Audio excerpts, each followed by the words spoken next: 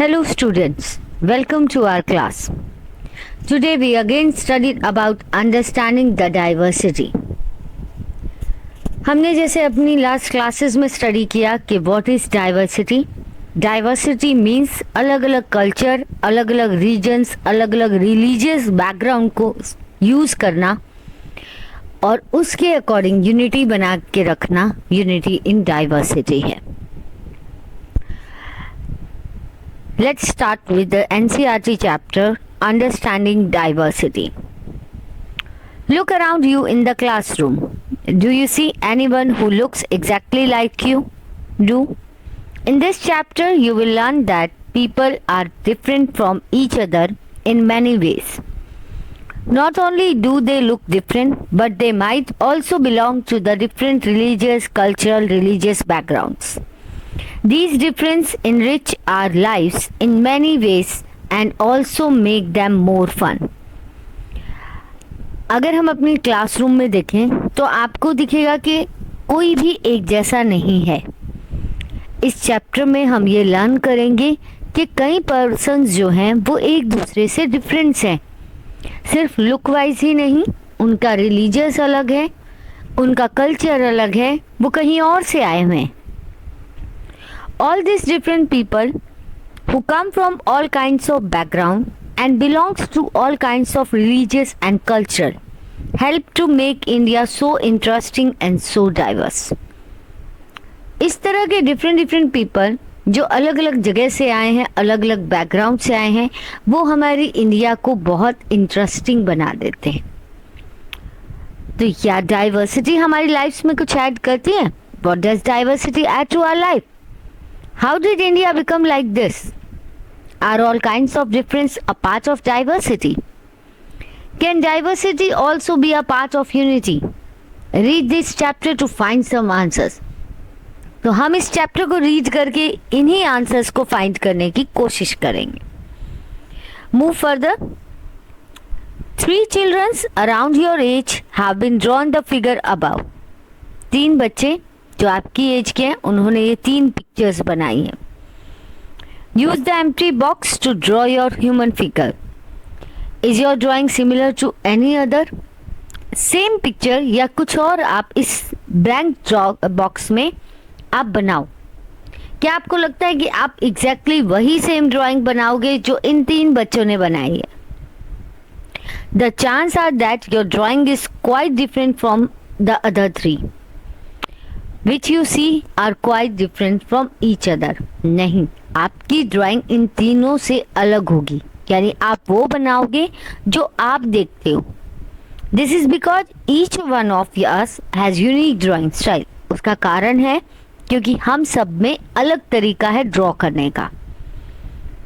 We not only don't look exactly like each other, but also differ in terms of language we speak, our cultural background, the religious ritual we observe, and of course the way we draw. सिर्फ drawing style ही नहीं, हम एक दूसरे से बहुत चीज़ों में अलग हैं. हमारी लैंग्वेज अलग है, कोई हिंदी बोलता है, कोई मराठी बोलता है, कोई इंग्लिश बोलता है. हमारे रिलीजियस अलग है, हमारा कल्चरल बैकग्राउंड अलग है, जो हम यहाँ पर जिसके बेसिस पे एक ड्राइंग यहाँ बनाएंगे. तो हमारा देखने का नज़रिया भी अलग हो जाता है. Now ask your teacher to help you check how many of you have similar answers. Is there anyone whose list match your exactly? आप इन क्वेश्चंस को पढ़ो. Find out the following information about yourself. When I go out, I like wearing. जब मैं बाहर जाती हूँ तो मुझे क्या पहनना पसंद है. At home I speak in. घर पे मैं क्या बोलती हूँ. My favorite sports is. मेरा फेवरेट स्पोर्ट्स कौन सा है. I like reading book about. मैं कौन सी बुक को रीड करना पसंद करती हूँ. तो इन क्वेश्चंस देने के बाद आप अपनी टीचर से पूछो और ये चेक करो कि कितने हैं जिनके आंसर्स बिल्कुल सेम है, कितने हैं जो बिल्कुल एग्जैक्ट वही आंसर लिखा है जो उस साथ वाले ने लिखा. Probability not, but many of you may have similar answer. कई हो सकते हैं जिनके आंसर सेम हो. How many like reading the same kind of book, कितने हैं जो एक तरह की बुक पढ़ना पसंद करते हैं। How many different language are spoken in by the student in your class, आपकी एक क्लास में कितने स्टूडेंट हैं जो अलग अलग तरीके से बोलते हैं। By now you must have recognized the many ways in which you are quite like some of your classmates and other way in which you are different. तो यहाँ पर बहुत सारे तरीके हैं जिससे आप अपने क्लासमेट से अलग हो जाते हो। Do you think it would be easy for you to make friends with someone who was very different from you? क्या आपको ऐसा लगता है कि आप ऐसे किसी पर्सन को अपना फ्रेंड बना सकते हो जो आपसे बिल्कुल अलग है? यस और नो? ओके, हम ये स्टोरी स्टार्ट करते हैं तो हमें पता चलेगा कि हम क्या कर सकते हैं। I had meant at it as a joke made up for a small rag boy who sold newspaper at the Janpat crossing at the busy intersection. Every time I cycled past, he would run after me and holding out the English paper and screaming out. एक छोटा सा boy है जो newspaper लेकर जनपद crossing पे busy interaction के साथ रोज दिखता है। जब भी मैं वहां से साइकिल चला के जाती हूँ तो वो मुझे इंग्लिश न्यूज़पेपर वहां पर लेकर खड़ा मिलता है। The evening headlines in a mixture of Hindi and English word, एक इवनिंग हेडलाइन होती है जिसमें इंग्लिश और हिंदी दोनों वर्ड्स होते हैं। This time I stopped by the puffman and asked for the Hindi paper. This mouth fell open. तो इस बार मैंने अपनी साइकिल रोकी और मैंने उससे पूछ लिया कि मुझे हिंदी पेपर चाहिए। तो उसके मुंह से क्या निकला? You mean you know Hindi, मतलब आपको पता है आप हिंदी बोलते हो? Of course, I said as I paid for the paper. हाँ, और मैं हिंदी पेपर के लिए पे करूँगा। Why? What did you think? तुम्हें ऐसा क्यों लगा? He paused.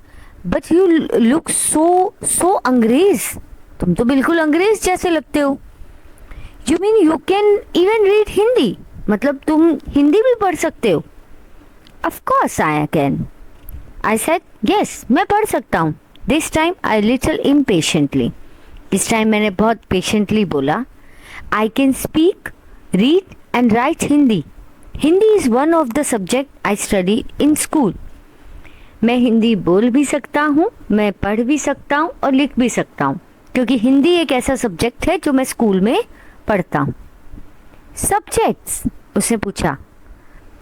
How could I explain what a subject was to someone who had never been to the school? अब मैं कैसे बता सकती हूँ कि सब्जेक्ट क्या होता है उस पर्सन को जो कभी भी स्कूल नहीं गया? Well, it is something. क्या ये कुछ है? I began, but the light changed. मैंने स्टार्ट किया लेकिन लाइट चेंज हो गई। And the hawking behind my grew 100-fold. And I let myself be pushed along with the rest of the traffic. मेरे पीछे बहुत सारी आवाज़ें आ रही थी और अब मुझे आगे जाना ही था क्योंकि बहुत सारा ट्रैफिक वहाँ इकट्ठा हो गया। The next day, he was there again, smiling at me and holding out a Hindi paper.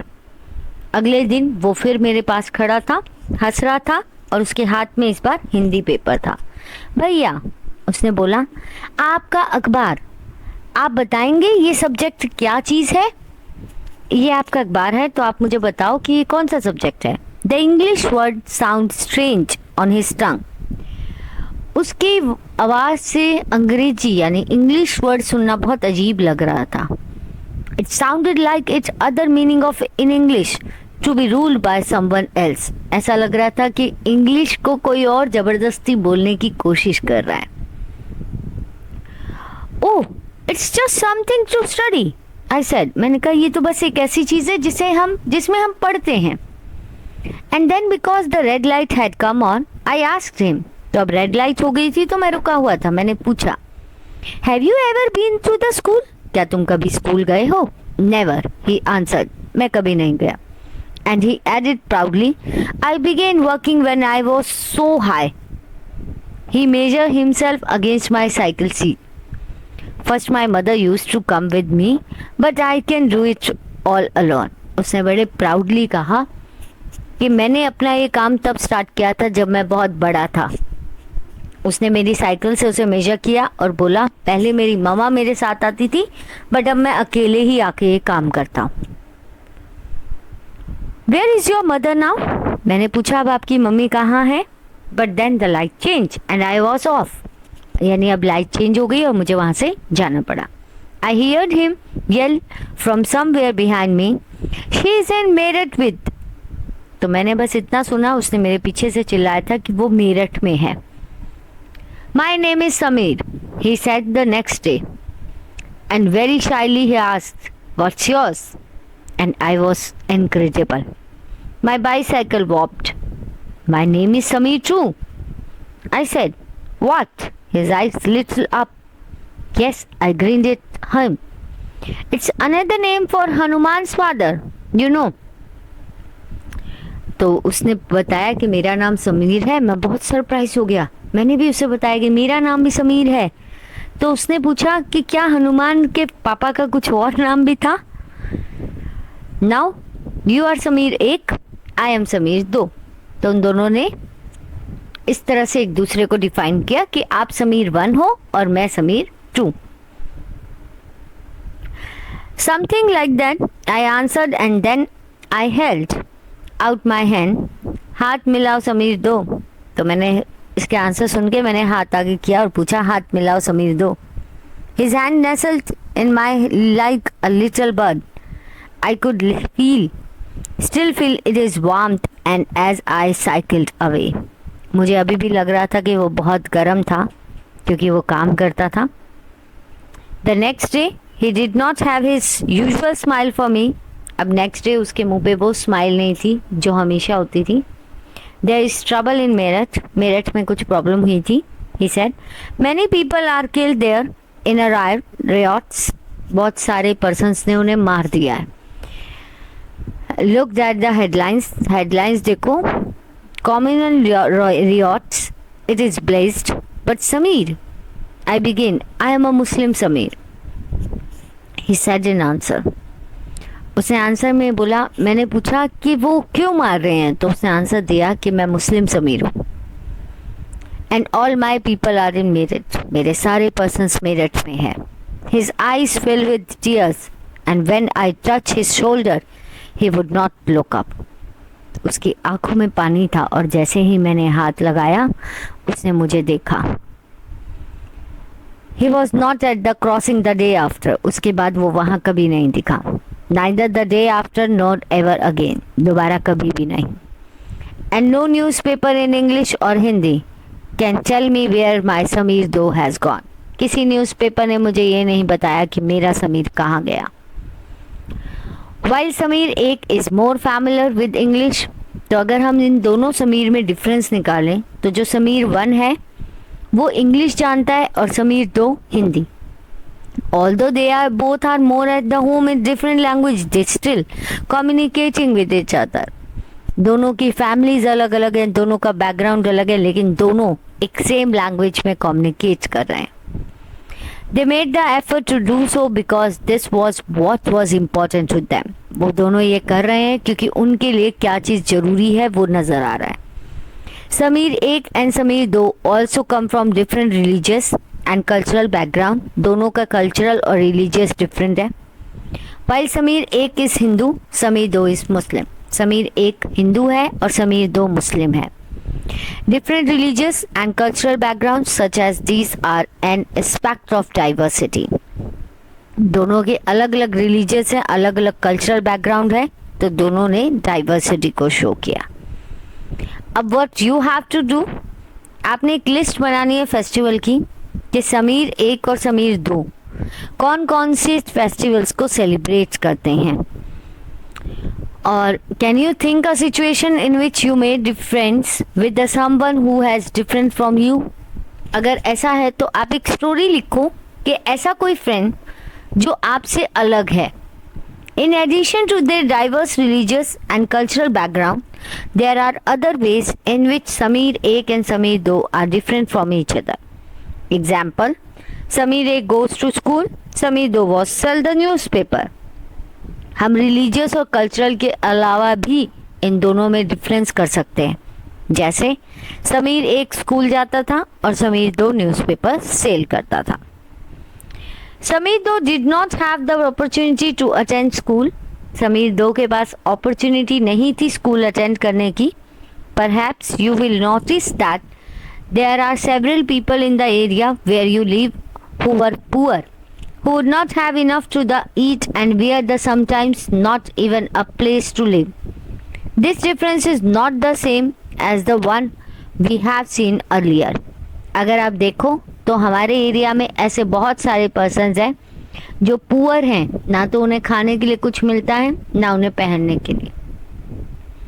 Here we are talking not of difference but inequality. यहाँ हम indifference के बारे में बात नहीं कर रहे, हम inequality के बारे में बात कर रहे हैं. Inequality comes about when person does not have the resources and opportunities that are available to other persons. Inequality वहाँ से आती है जहाँ persons को properly resources नहीं मिलते और opportunities नहीं मिलती जो दूसरे person को मिलती है. That is inequality. That is not a diversity. The caste system is another example of an inequality. Caste system इसका सबसे बड़ा example है. According to this, society was divided into different groups depending upon the work that people did, and they were supposed to remain in those groups. So if your parents were potters, you could only become a potters, nothing else. This system was considered irrelevance. And because you are not supposed to change your profession, it was not considered necessary for you to know anything more than what you needed in the profession. This created a situation of inequality. You will read more about this and other inequality in the following chapters. हमारी society ने work के accordingly काफ़ी उन persons को divide किया है. वे talk about कि अगर मैं पॉटर्स की बच्ची हूँ तो मैं पॉटर ही बनूंगी बड़े होकर, मैं और कुछ नहीं बनूंगी, क्योंकि हमारी सोसाइटी ने हमारे लिए ऐसा सिनेरियो क्रिएट किया हुआ है. हमें और किसी प्रोफेशन के बारे में पता ही नहीं चलता. ये इनइक्वालिटी है, ये डाइवर्सिटी नहीं है. What does diversity add our lives? Just like Sameer 1 and Sameer 2 became friends, you might have friends who are very different from you. You have probably eaten different kinds of food in their homes, celebrated different festivals with them, tried out the clothes they wear, and learned some of their languages as well. Diversity कैसे add होती है? जैसे समीर 1 और समीर 2 की तरह हमारे बहुत सारे ऐसे फ्रेंड्स होंगे जो अलग तरह का खाना खाते होंगे, जो अलग फेस्टिवल सेलिब्रेट करते होंगे, जो अलग तरह से क्लोथ्स पहनते होंगे, जो अलग तरह से लैंग्वेज यूज करते होंगे. That is diversity. You probably like reading and hearing stories, adventures and different animals, people and even ghosts. Perhaps you even enjoy making up stories yourself. Many young people feel happy when they read a good story because it gives them lot of ideas to make up more stories. People who write stories get their ideas from all sorts of different places, from books and real life and from their imagination. तुमने देखा होगा कि हर person अलग तरह की story read करता है, adventures read करता है, अलग अलग एनिमल्स हैं, कहीं तो अच्छी स्टोरीज लिखते भी हैं. तो वो अपने आइडियाज़ को राइट करते हैं ना, और वो आइडियाज उसे अलग अलग प्लेसेस से मिलते हैं. Some may lived in forest close to animal and choose to write their fights and friendship. कहीं होते हैं जो फॉरेस्ट में रहते हैं एनिमल्स के फाइट के बारे में लिखने के लिए. Other read real account of kings and queens and wrote stories about love and honor. कई ऐसे होते हैं जो किंग्स एंड क्वींस के बारे में पढ़ते हैं और उनके बारे में स्टोरी लिखते हैं. Some dipped into their own childhood memories of school and friends and wrote stories of adventure. कई अपने बचपन की एडवेंचर स्टोरीज लिखते हैं. Imagine if you, all the storytellers and writers that you heard, read so far were forced to live in a place where all the people wore the same true colored red and white, ate the same food, took care of same two animals, for example deer and cat. To entertain themselves played snake and ladder. What kind of stories do you think they would write? एक बात सोचो कि अगर ये सारे writers एक ही जगह पर रहे, दो ही तरह के कलर के कपड़े पहने रेड एंड वाइट, एक ही तरह का खाना खाए मोस्टली पोटैटोस, दो ही एनिमल को पाले कैट एंड डियर, सिर्फ स्नेक एंड लेडर खेले, तो किस तरह की स्टोरीज होंगी? Do you imagine that? कुछ ज्यादा नहीं मिलेंगी, right? Starting with diversity in India. India में डाइवर्सिटी क्यों है? क्योंकि इंडिया बहुत बड़ी कंट्री है। इंडिया को हमने 28 स्टेट्स में डिवाइड किया है और हर स्टेट में अपनी लैंग्वेज, अपना कल्चर है। There are so many diversity found in India. India is a country of many diversity.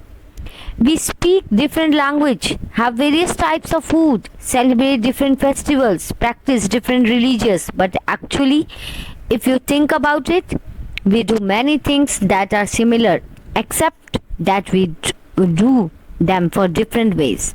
तो हम बहुत सारे अलग अलग तरीके के लैंग्वेज बोलते हैं, अलग अलग तरह का खाना खाते हैं, अलग अलग फेस्टिवल्स को करते हैं।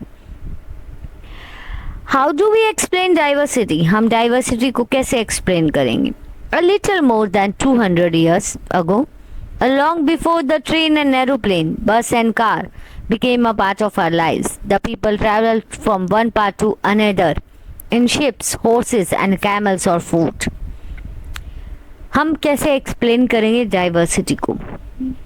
200 साल पहले बस जब ट्रेन नहीं थी, एरोप्लेन नहीं थे, बस नहीं थी, कार नहीं थे, तब हम ट्रैवल करते थे एक जगह से दूसरी जगह पे, शिप्स पे, कैमल्स पे, हॉर्सेस पे, right? See at least 3 different ways in which people in India are the following. One of the possible answers have provided for you already. इसमें possible answers आपको दिए हुए हैं, आपने अपने accordingly other answers fill करने। Just different ways in which people pray. कई सारे तरीके हैं उनकी प्रे करने के। जैसे फर्स्ट, कई होते हैं जो सिर्फ सॉन्ग गाते हैं, कई होते हैं जो मौन खड़े हो जाते हैं, कई होते हैं जो मत्था टेकते हैं।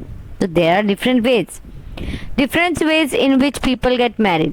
मैरिज करने के बहुत सारे तरीके हैं। सबसे इजी है कोर्ट में जाके साइन करना।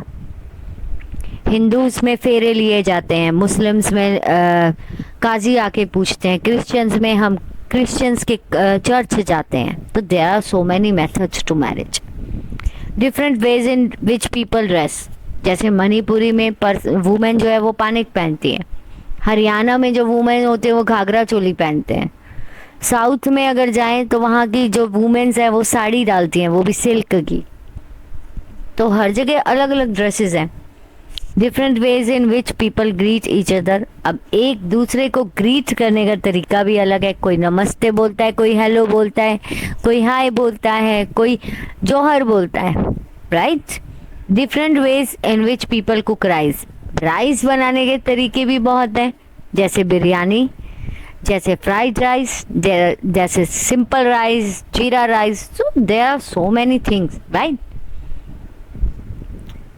Let's move further to the chapter. Often they went in search of new lands or a new place to settle in, or for the people to trade with, and because it took so long to travel, once they got to a place, the people stayed there, often for a long time.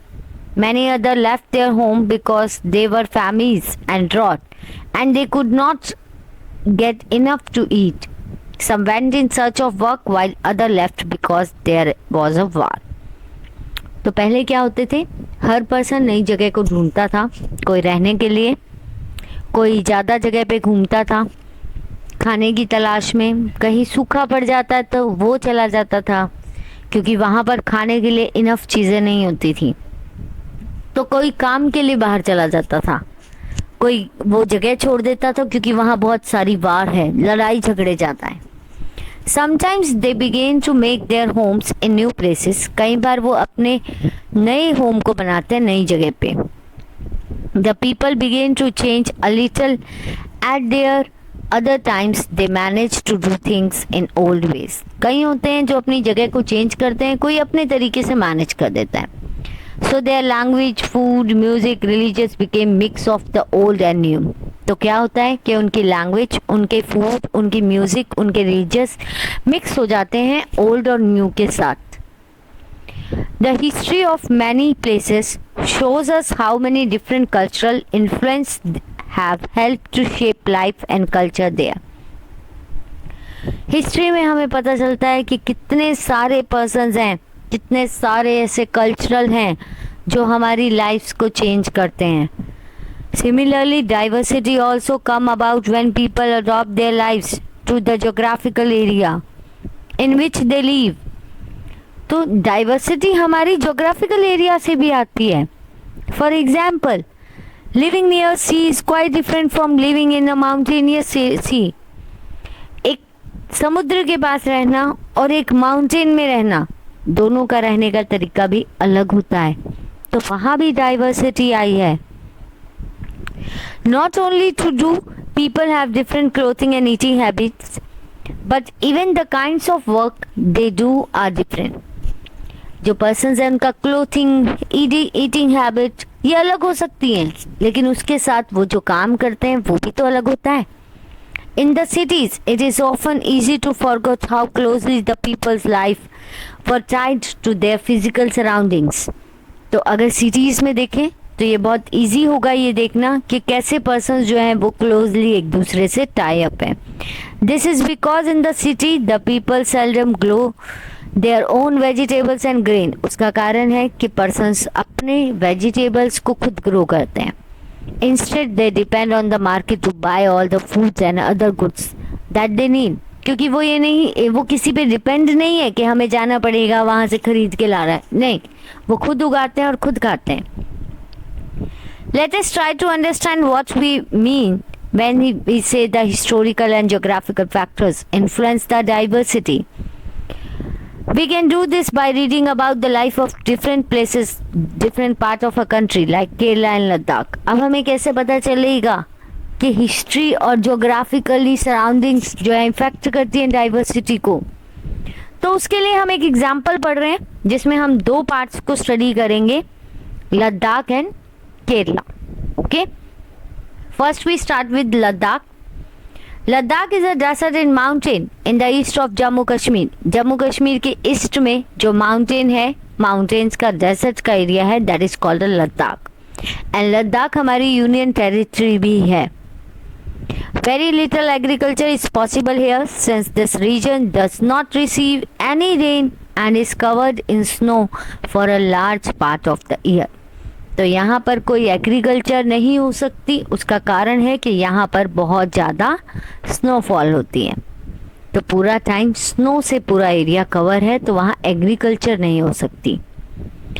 There are very few trees that can grow in this region for drinking water. The people depend on the melting snow during the summer month. यहाँ पे बहुत कम trees हैं और जो यहाँ पर person रहते हैं उन्हें ड्रिंकिंग वाटर के लिए डिपेंड होना पड़ता है कि कब स्नो मेल्ट होगी और कब उन्हें पीने के लिए पानी मिलेगा। The people here keep ship and got. जो यहाँ के पर्सन्स है वो शिप एंड गॉट को रखते हैं। The goat in this region are very special because they produce pashmina wool. Goat यहाँ के रीजन की बहुत स्पेशल होती है क्योंकि वो यहाँ पर पाशीमीना वूल प्रोवाइड करती हैं। This wool is priced and pashmina shawl cost a lot of money. ये ऊन और जो पाशीमीना शॉल्स है उसकी कॉस्ट बहुत ज़्यादा हाई है, यानी कि ये इस एरिया की सबसे ज़्यादा कॉस्टली प्रोडक्ट है। The people in Ladakh carefully collect the wool of the god and sell this to the traders from the Kashmir. तो वो इस वूल को कलेक्ट करते हैं और कश्मीर के ट्रेडर्स होते हैं जो सामान को खरीदते और बेचते हैं, उन्हें बेच देते हैं। पाशीमीना शॉल्स आर चीफली वोवन इन कश्मीर। सबसे ज़्यादा बनाए जाने और सेल करे जाने वाले शॉल हैं ये कश्मीर के। The people eat meat and milk produced like cheese and butter. Each family owns some goat, cow and horse. Being a desert did not mean that Ladakh did not attract its shares of traders. It was considered a good trade route as it had many passes through which caravans traveled to what is today called Tibet. These caravans carried textile and spices, raw silk and carpets. जो यहाँ के लद्दाख के persons हैं वो meet और milk को खाते हैं, चीज़ बटर वगैरह के प्रोडक्ट यूज़ करते हैं, गॉड्स रखते हैं। इसका मतलब ये नहीं है कि लद्दाख में किसी तरह की ट्रेडिंग नहीं होती, बट यहाँ पर ट्रेड रूट बनाया गया है जो कारावैंस जिस रूट के थ्रू मूव करती हैं और वो तिब्बत में जाती है जहाँ से वो टेक्सटाइल स्पाइसेस को ट्रेड करती हैं। Hope you are clear with the Ladakh, right? Buddhism reached Tibet via Ladakh. Ladakh में बुद्धिज्म तिब्बत से आया है। Ladakh also called the little Tibet. Ladakh को हम छोटा तिब्बत भी बोलते हैं। Islam was introduce in this region more than 400 years ago. इस्लाम इस रीजन में सबसे ज़्यादा पॉपुलर है, 400 साल पहले से है। There is significant Muslim population, songs and poem. यहाँ पर मोस्टली मुस्लिम पॉपुलेशन है। Local version of Tibetan national epic in Kesar saga are performed and the song by both Muslim and Buddhist. यहाँ पर local version Tibetan national epic है जो गाया जाता है केसर सागा, और लोग इस पे परफॉर्म भी करते हैं और इसमें मुस्लिम और बुद्धिज्म दोनों इस गाने को गाते हैं। अगर आप पिक्चर में देखो तो जो ये वुमेन्स है ये पाशीमीना शॉल बना रही है, पाशीमीना वूल से। Hope you all are clear with the Ladakh. Move further to the second part of India, that is Kerala. Kerala is a state in the southwest corner of India. It is surrounded by the sea on the one side and hills on the other side. The number of spices like pepper, cloves, cardamoms are grown on the hills. This is spices that make this region 2000 years ago. He is credited with the bringing Christianity of India. Kerala एक ऐसी state है जिसमें south west corner पे सी है, hills हैं, बहुत सारे spices grow किए जाते हैं और स्पाइसेस की वजह से ये रीजन सबसे ज़्यादा अट्रैक्टिव प्लेस है ट्रेडर का। Jewish and Arab trader were the first to come here.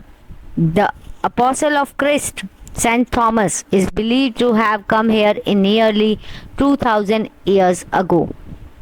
He is credited with bringing Christianity to India.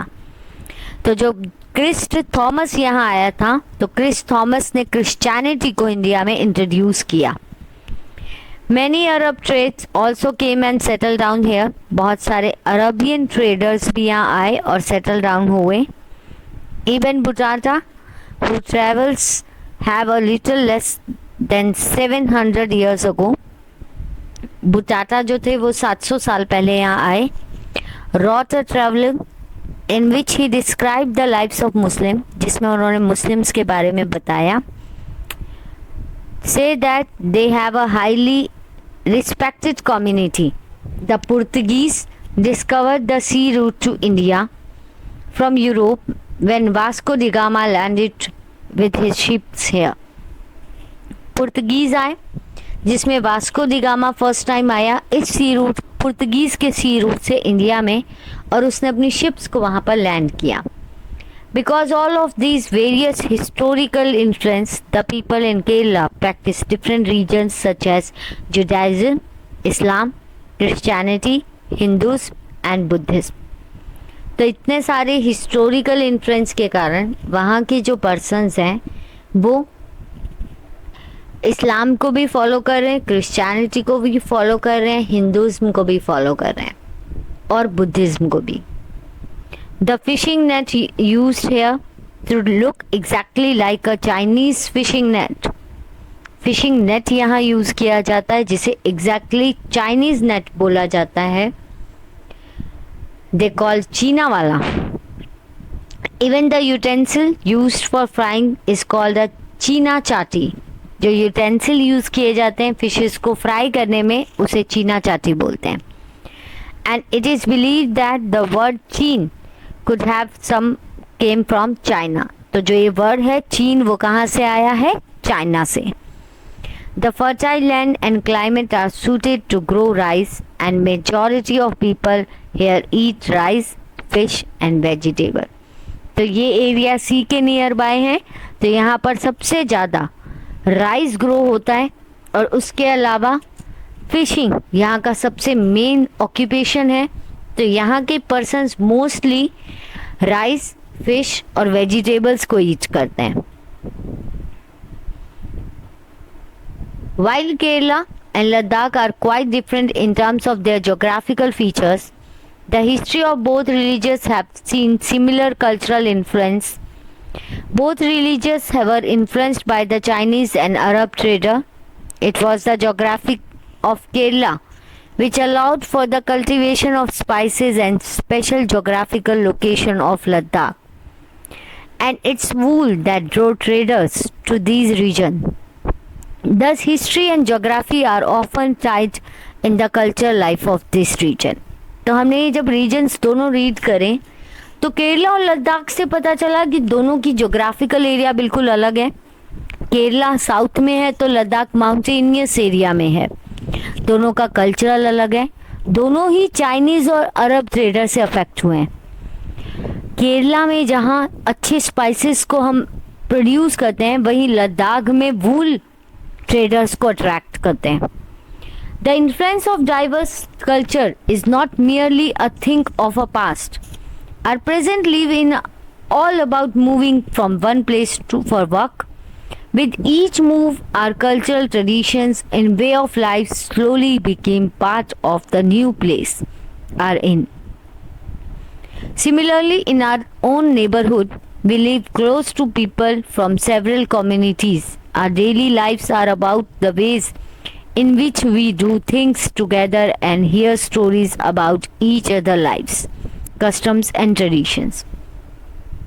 सिर्फ कल्चर हमारी डाइवर्सिटी को अफेक्ट नहीं करता, हमारा पास्ट भी अफेक्ट करता है। जब हम एक जगह से दूसरी जगह पे मूव करते हैं तो हम अपने कल्चर के साथ उस दूसरी जगह की कल्चर को भी सीखते हैं।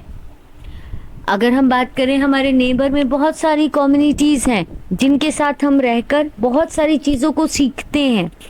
That is diversity. Unity in diversity. India's diversity has always been recognized as a source of its strength. हमेशा जो इंडियन डाइवर्सिटी है उसे एक स्ट्रेंथ के रूप में देखा गया है। If we talk about the Britishers, when the Britishers ruled India, the women and men from the different cultural, religious, regional background come together to oppose them. जब ब्रिटिशर्स आए थे तो बहुत सारे औरतें, आदमी थे जो अलग अलग कल्चर से थे, जो इकट्ठे होकर ब्रिटिशर्स के अपोज में खड़े थे, यानी कि उनसे लड़ रहे थे। India's freedom movement had thousand of people of different background in it. India की अगर मैं फ्रीडम मूवमेंट की बात करूं तो बहुत सारे पर्सन्स थे जिनका अलग अलग बैकग्राउंड था जो इसमें काम कर रहे थे। They worked together to decide joint action. They went to jail together. They found different ways to oppose British. तो इन सब ने इकट्ठे काम किया, इकट्ठे जेल गए, इकट्ठे इन्होंने ब्रिटिशर्स से फाइट करी। और सबसे अच्छी बात पता है क्या है? Britishers thought they could divide Indians. Britishers को लगता था कि वो इंडियंस को डिवाइड कर रहे हैं because they were so different and then continue to rule them.